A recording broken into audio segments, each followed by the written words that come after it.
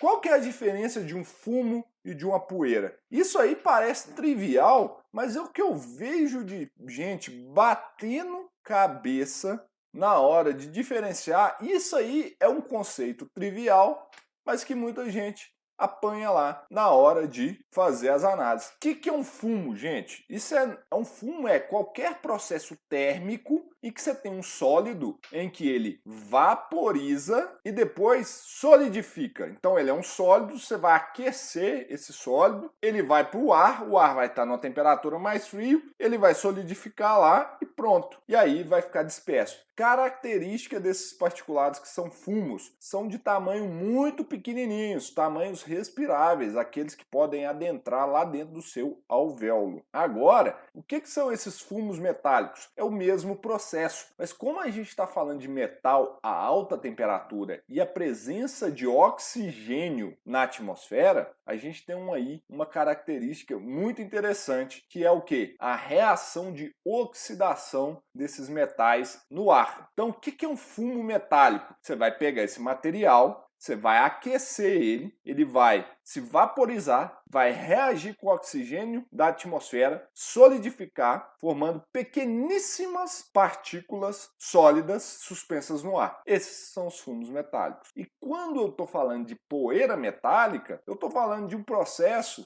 em que a gente tem um processo físico, aplicação de força. Por quê? Que muitos profissionais ainda fazem isso. Quero uma análise de poeira metálica, uma análise de fumo metálico para o mesmo GHE. Isso é uma coisa aí meio sem sentido para mim, tá? Eu queria saber de vocês. Gente, a gente tem que entender, na verdade, aonde que esses metais atuam no corpo humano. Quais são os princípios toxicológicos desses materiais, desses metais no corpo? Por isso que na CGH ela divide em frações. Quando você vê um metal na CGH com um limite do tipo respirável, é porque ele está olhando para o fumo dele, ou as partículas pequenas, é onde ele causa dano. Enquanto ele tem um limite total ou inalável, lembrando que o total vai virar inalável com certeza, quer dizer que eu estou preocupado que a atuação dele é em qualquer região do trato respiratório.